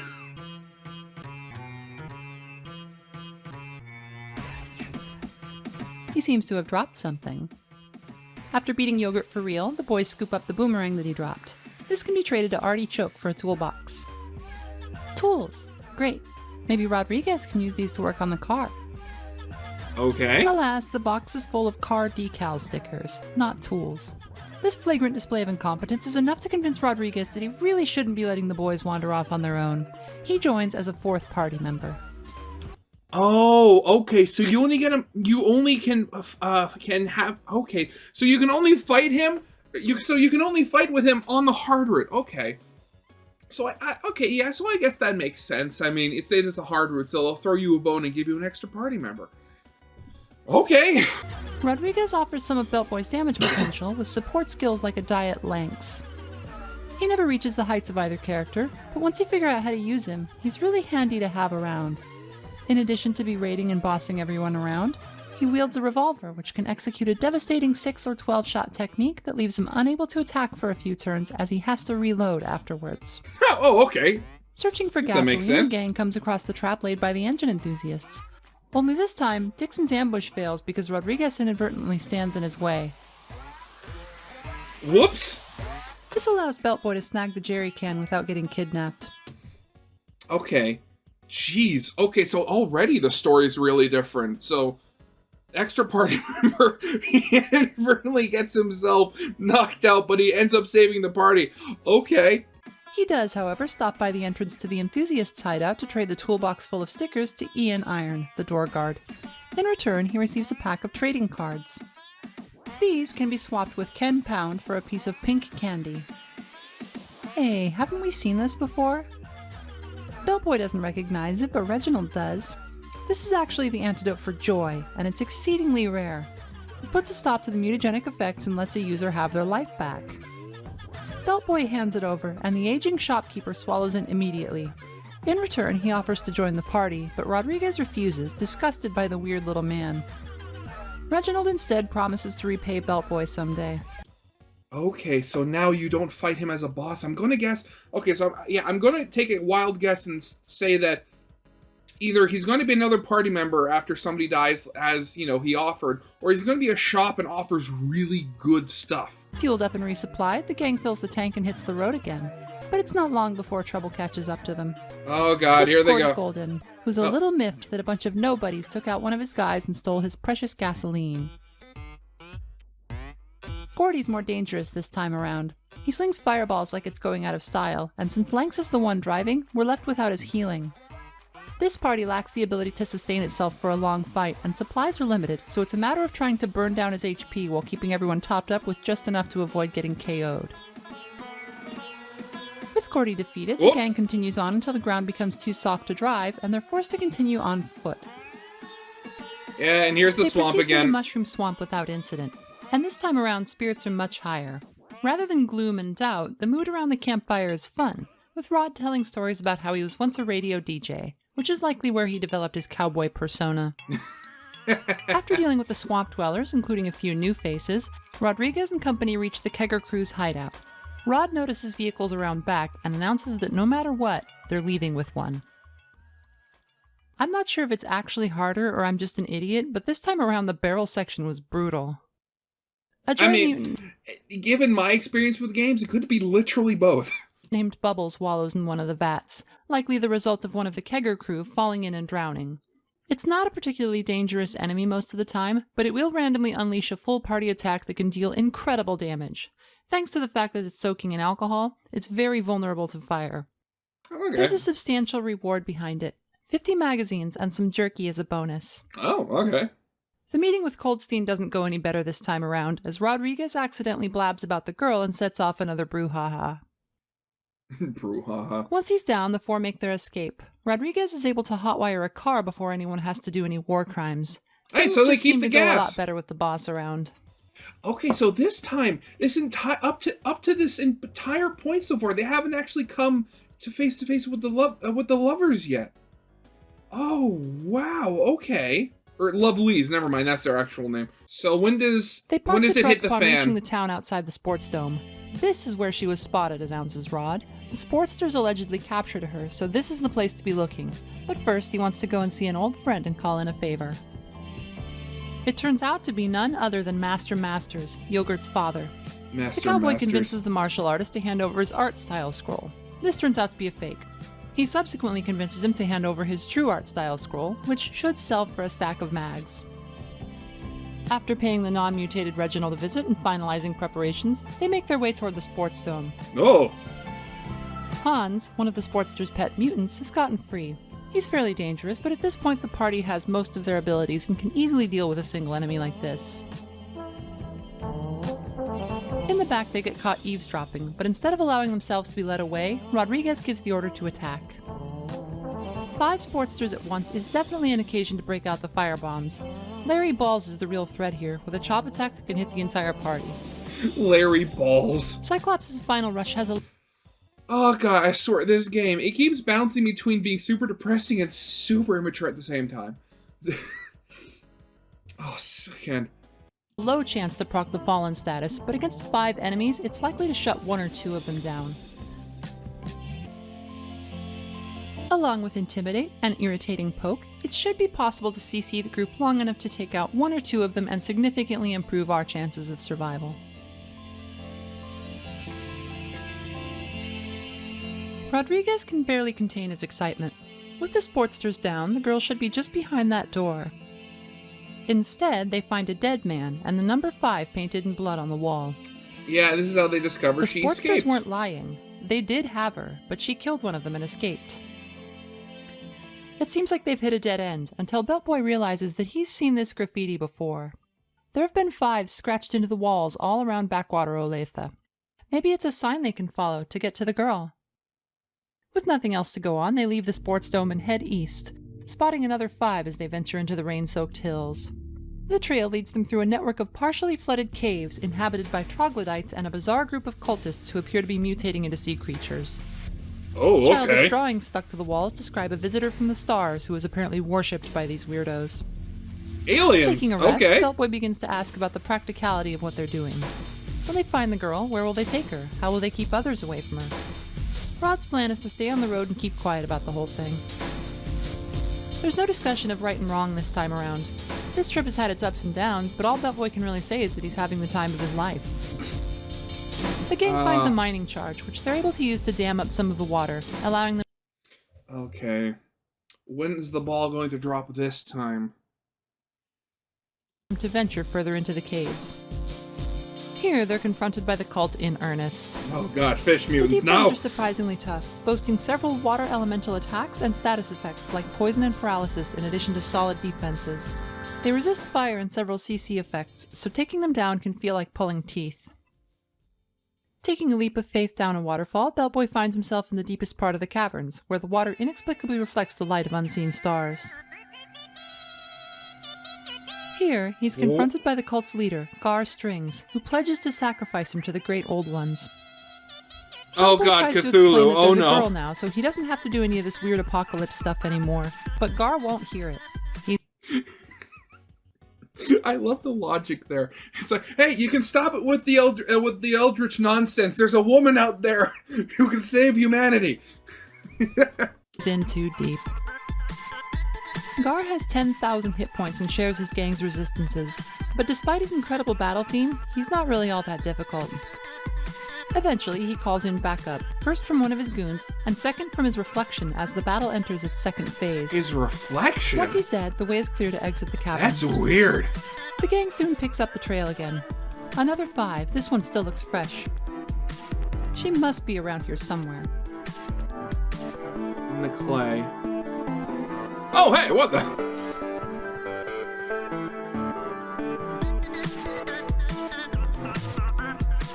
They split up to find her more easily, but soon discover that they're not the only ones on the hunt. A gang Here are of the men in heart lovelies. masks have descended on the area, and they don't seem inclined to share. Beltboy and Cyclops are able to fight their way through, but Lanx isn't so fortunate. The boys find him with a large group of well-armed lovelies who have decided to take the poor guy captive. Without Rodriguez, the pair don't stand a chance against a group this size, so they have no choice but to watch Hart's gang drive off with their friend. Oh god. It takes a bit to find the boss to tell him what happened, and surprisingly, Rodriguez takes responsibility for splitting the group up. He announces that they'll be putting off their search for the girl until they've got their boy back. They follow the convoy to where it's stalled in the mountains. Well, I mean, for all of the, well, I guess for the lack of talk that this route has about, you know, are we doing the right thing, you know, basically going to be holding this woman hostage so she can pump out babies to hopefully help humanity survive. At the very least, and at the very least, Rodriguez seems to be a good boss where he'll actually admit when he knows he's messed up. Again, I have no idea how this is going to change, but like something different is going to definitely be happening here. This time there's no skulking around trying to get over the peak. Rodriguez gives the order to just start carving a bloody path directly through. Oh, so they're not going to find the lab at the top. It's Reginald! Making good on his promise, the shopkeeper shows up to help the gang in their time of need. Oh, lovely. He's most comparable to Lynx, except he runs on TP instead of SP. His attack command is replaced with a TP restoring taunt, which will constantly get him knocked out thanks to his extremely poor defenses. Aww. He's certainly the worst character on the roster, but that doesn't mean he's not worth having around. He has a variety of low-cost skills that hit all enemies and a few healing moves to boot. It's mostly just very difficult to keep him upright. I'm okay, guys! Just instantly. Not even a glass cannon, he's just made out of glass. The boys forge ahead, entering a tunnel that's been bottlenecking the Lovelies. A cave-in blocks the road, but a maze of service corridors suggests Cave-in. I thought she said caveman. that there may be a way around. Oh no, a bat! This is actually a remix of a song from Mother 3. Noisemaker did an incredible job with this track, and it's hilarious that this is the only time you hear it. Oh no, Deeper a into the bat. tunnels, the gang encounters a mutant named Worm, who is accompanied by a pair of bats. We all know the drill with mutants by now. It's literally After me. the fight, Cyclops reveals that he probably wouldn't have gone after Lynx were it his decision. Rodriguez counters that he's part of the team, and the team sticks together. Maybe he's not such a bad boss after all. The boys emerge from the tunnel and find themselves in a winter wonderland where they are once again confronted by a vengeful yogurt masters. Oh Rodriguez god. offers to give him the true art style scroll in exchange for his aid. Yogurt agrees and becomes the 6th member of the party. 6? Yogurt Masters is very powerful. His primary mechanic is switching between 3 stances that can give him counterattacks, regenerate his health, or recover SP. I love that when you say hold it, he literally just pauses in midair. He's also capable of dishing out disabling kicks or powerful fireball attacks. These fireball attacks allow Yogurt to melt the ice blocking the way forward to Shiver City, which has just been plundered by the lovely boys. Shiver City. After defeating another mutated local, the gang catches up to Lud, Richie, and Biggie, who are trying to deactivate the snow cannon responsible for the climate around here. It's a difficult fight, as the Lovelies will use the cannon to freeze our party members solid, making it difficult to maintain control of the battle. Once they've destroyed the local economy and snagged the keys to a truck, the boys are once again on the road. Soon, their truck catches up to the convoy, and Bellboy begins leaping from truck to truck in search of Lynx. A few Lovelies climb out to fight them Road Warrior style, but they are no match for the Bullet Waster and his friends. Jeez, again, I'm loving how this path, the hard path, I guess, is just so much different. So, because like so far, we haven't lost, well, to death anyway.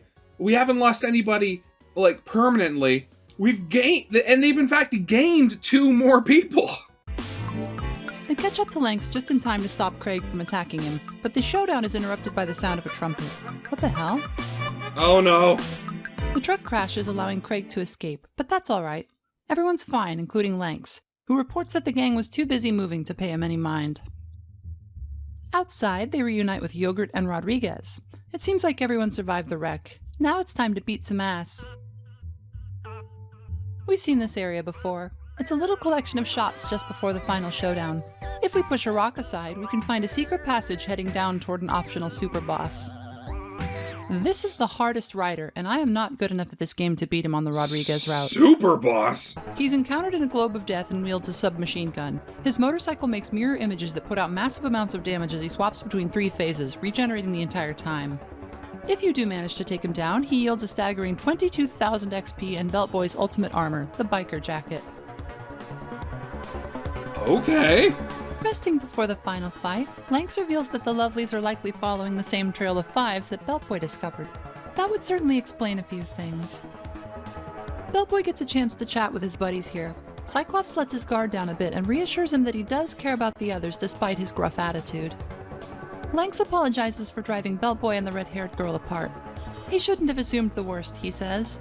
Bellboy assures him that all is forgiven and tells him to stop worrying about the past. Rodriguez mentions what he really wants, aside from the obvious. It's family. He reveals that he once had a wife, but bailed when she surprised him with a pregnancy. That kind of estrangement is a running theme.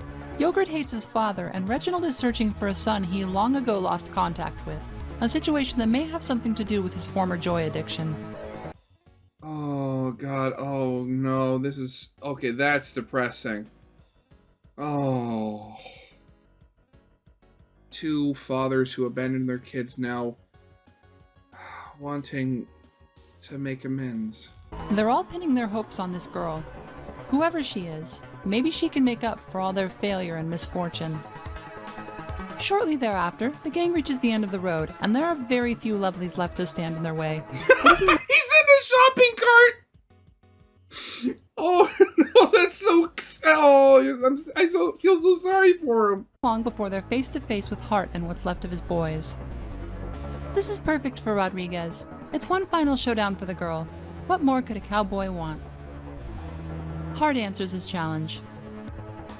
You want to fight me? I guess at this point, that's all men can do. What we were made to do. It's pure nihilism. Hart refuses any responsibility for his actions, saying that he's simply behaving in the way that men were meant to behave. That the destruction and misery that he and his gang have been dumping on everyone they come across is just boys being boys, doing what comes naturally to them. That there's nothing greater they could achieve. Goodbye Baby swells in the background, a sure sign that a Lisa character is about to make a bad decision. Oh, it's a God. blowout, but the lovelies never stood a chance. One by one, bodies hit the floor until only Hart remains. They don't stay down, however. In their last moments, they mutate and rise again. But it still all of isn't them. enough. Driven into a corner, Hart succumbs to the joy and mutates as well.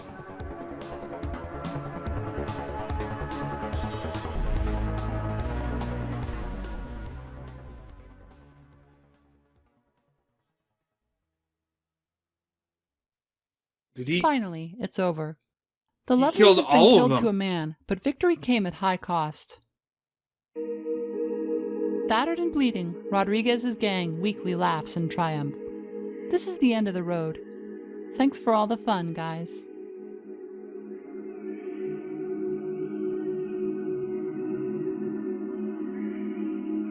Oh. The girl emerges from the ruins and picks her way past the carnage.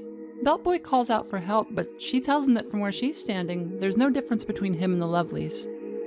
She makes her way out into the wasteland, leaving them all to die. Oh. But this was supposed to be the S route.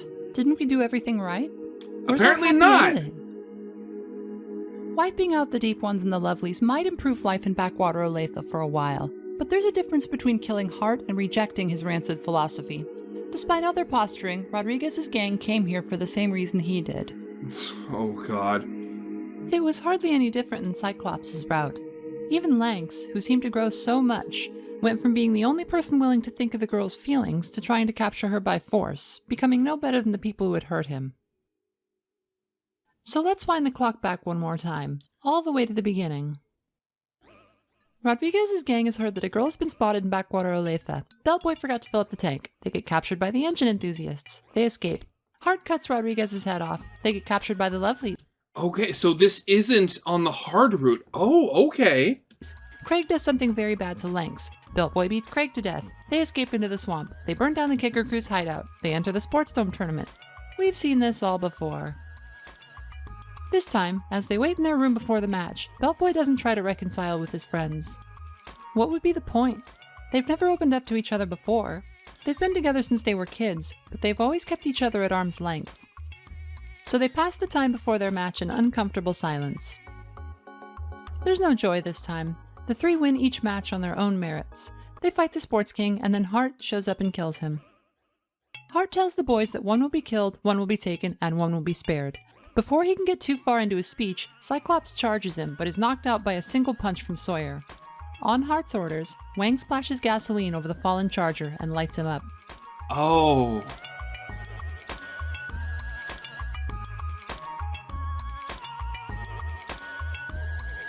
The lovelies decide to take Lanks. Beltboy starts to put up a fight until Lud shoots him in the knee. Oh. He collapses as they leave and Clyde's body burns. Okay, so I was...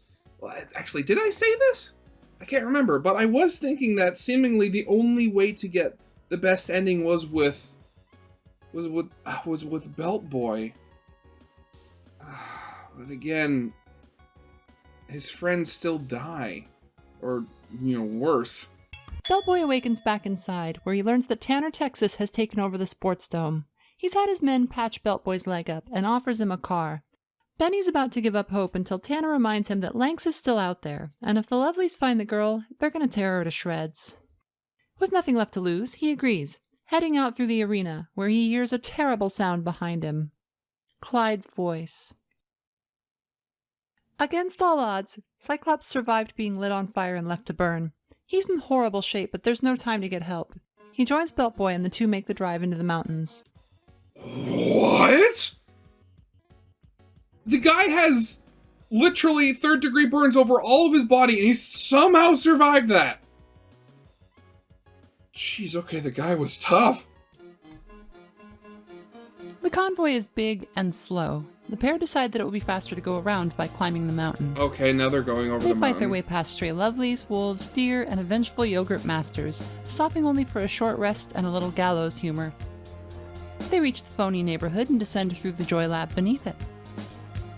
Along the way, the pressure starts finally getting to Belt Boy, who is beset with visions of Rodriguez's severed head and his childhood friend. We've seen how it's possible for the boys to become joy mutants, and that it's possible to fight these three mutants depending on the route we're on. For the most part, they're fairly typical mutant battles, except that all three use a particular move, Familiar Cry.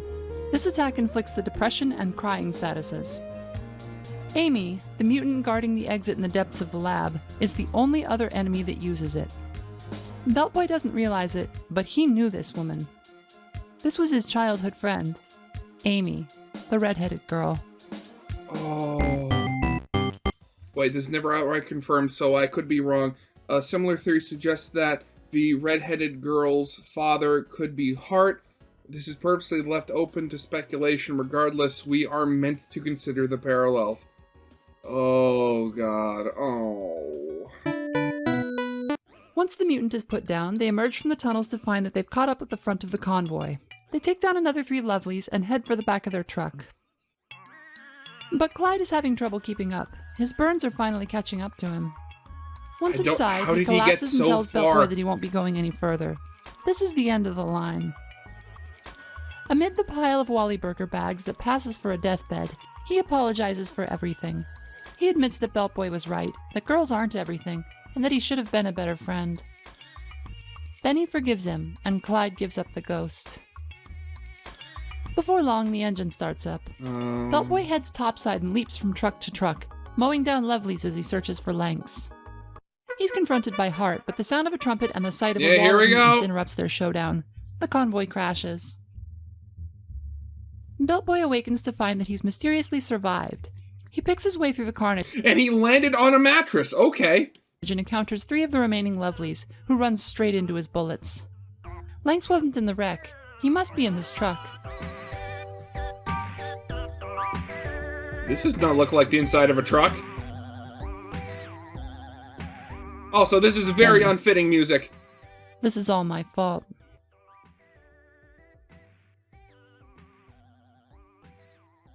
Don't be a wimp. I thought guys were supposed to be tough. We still have a chance.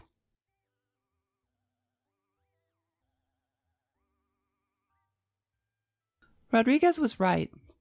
I only get in the way.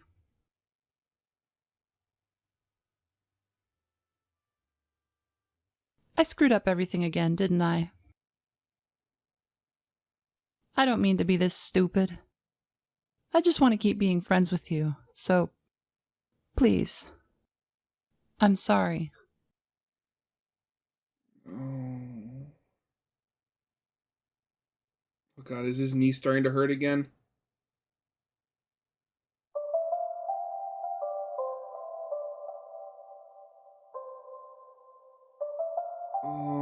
Faced with the terror and shame of being the Lovely's prisoner again, and knowing full well what they had in store, Liam took the only escape that was left to him. Benny sinks to the floor, sobbing out apologies to his corpse.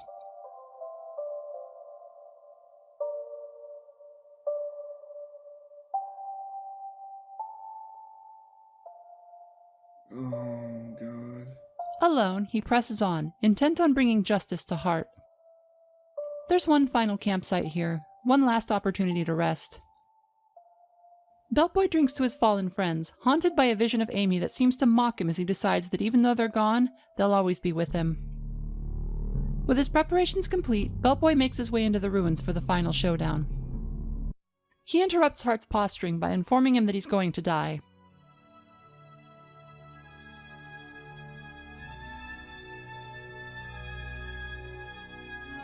Hart sicks his men on him, but Beltboy's too quick on the draw.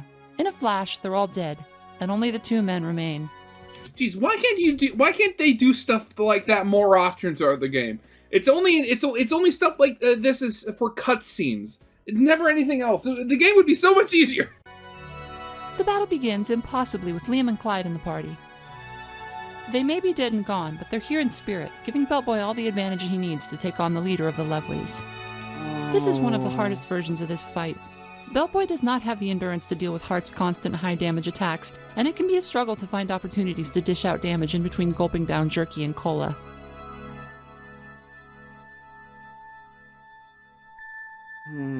And here he goes mutating again.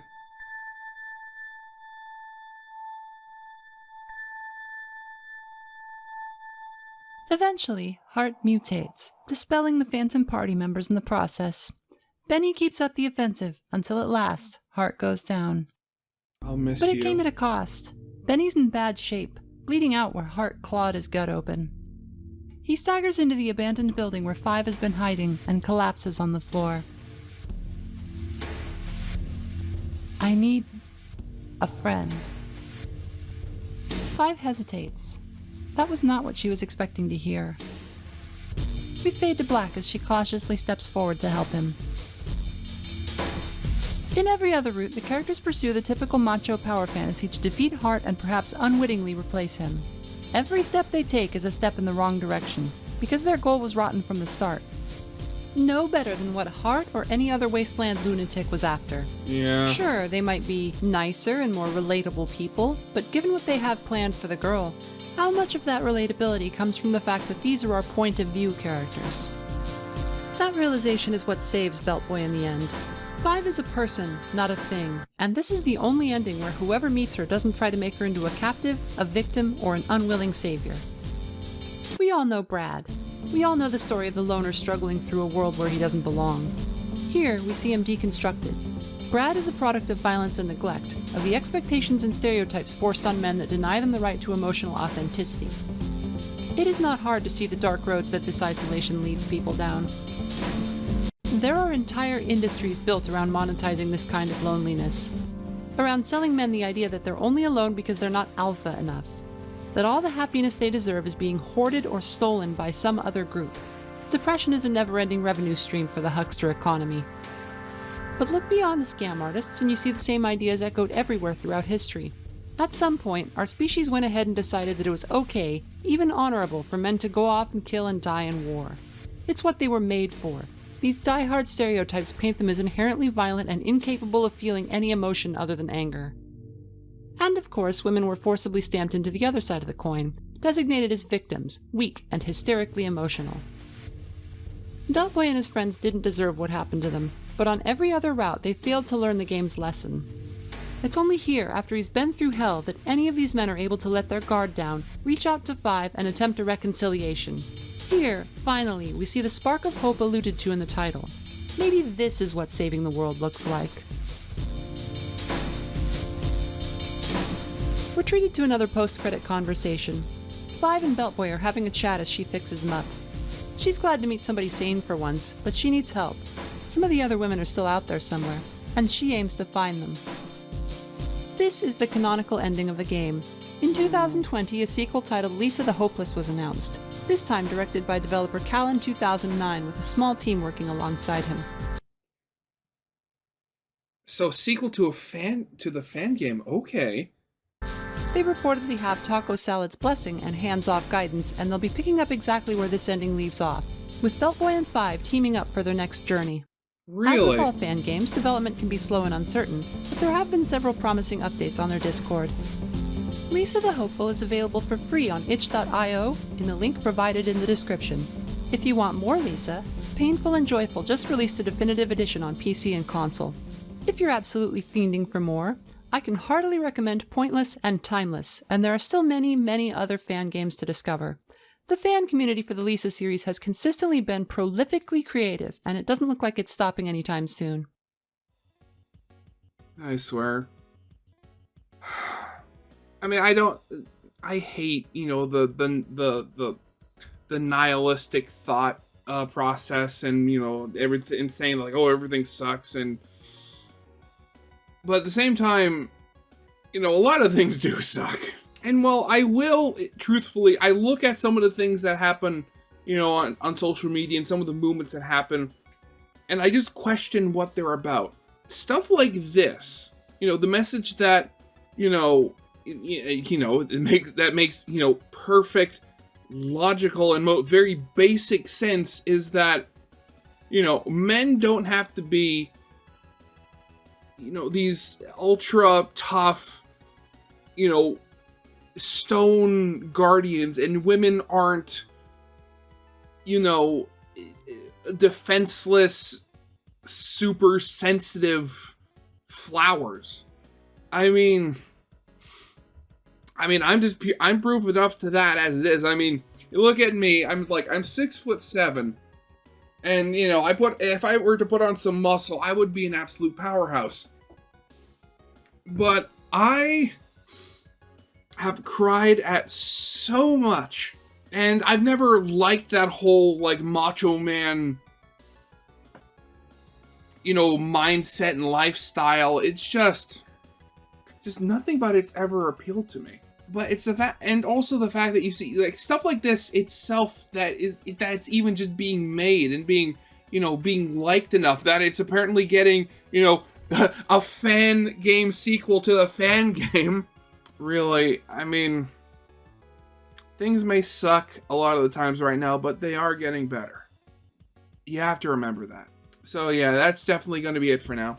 So yeah, of course, as always, original video is linked in the description if you haven't seen it for some reason.